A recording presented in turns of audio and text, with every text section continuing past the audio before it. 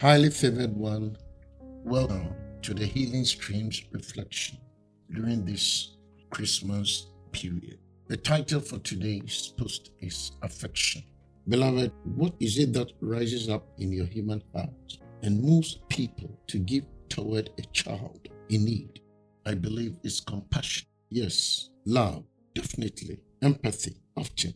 For purposes of this broadcast, let's gather all those virtues and emotions together and call them affection, one of the ways of Christmas. The dictionary says that affection is a tender feeling toward another, a disposition to feel, do, or say. We normally think of affection as being toward a person who know well, toward whom we show affection with a hug or a kiss. Affection toward loved ones is certainly appropriate, but it is not only toward those who know well that we can feel tender or be dispossessed to feel, do, or say kind things. David, the king of Israel, directed his affection towards the temple, demonstrated it by giving sacrificially toward its construction. 1 Chronicles chapter 29 verse 3. Paul encouraged Christians to be kindly affectionate every member of the church. Romans chapter 12 verse 10.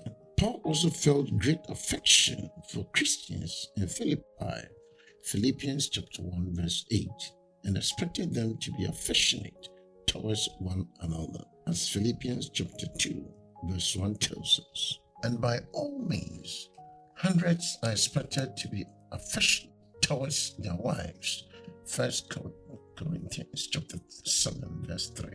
So affection is appropriate in a wide range of situations. But like unconditional love, affection can be a challenge in some circumstances.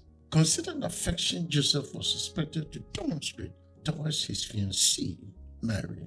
He was engaged to her when he discovered she was pregnant, even though by Jewish law he would have been justified in making a public issue out of her apparent infidelity. Deuteronomy chapter 22, verse 23 to 24. He chose what was best for her, returning her quietly to her parents, Matthew chapter 1 verse 19. That step will have been a challenge to Joseph's affections, no doubt. But then he was challenged again when God revealed to him that Mary's pregnancy was by the Holy Spirit, that she had remained pure and righteous, and that Joseph should remain married to her and become the father of her child. While Joseph was sorting out this deluge of information and faith, his affection for Mary won the day. It was no doubt a difficult situation, having to weather the stars and gossip from among those who didn't, who could not understand what was going on. This Christmas, you'll be around lots of different people, family and loved ones, acquaintances, strangers, and others. Towards some, your affection will be generous and easy. For those, don't take their closeness for granted. Be lovingly affectionate at this special time of the year.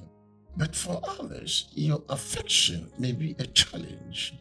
Perhaps they are people who don't know well, or perhaps they are some you know all too well, some with whom you are brought together by the holiday social scene.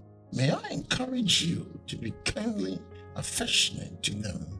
Like love, affection must be unconditional if it is to be real. The same way God's affection and love are towards us. Conditional affection may go unexpressed because the conditions are unmet. If it is expressed, it will likely be formal and still at best and hypocritical at worst. My dear brother, my dear sister, when you help the suffering, when you help the marginalized, When you help the needy, then you have what affection requires: a tender spirit towards others and predisposition to reach out with love and comfort.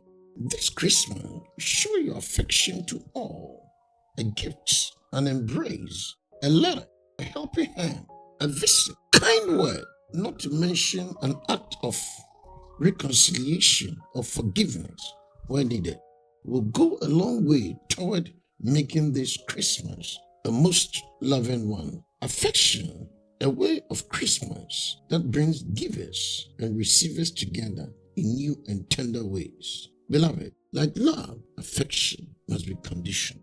Have a wonderful celebration and a wonderful get together as you show affection to all. Thanks for listening.